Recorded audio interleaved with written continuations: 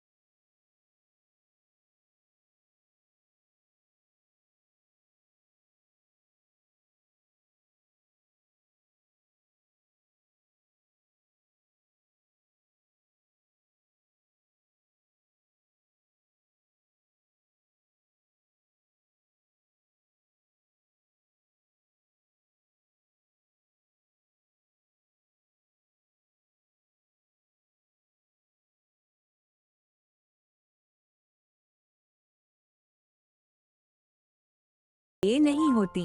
कुछ लम्स वक्त से आजाद होते हैं और कुछ मोहब्बतें लफ्जों से। रेहान ने गौर से उसे देखा। तो क्या तुम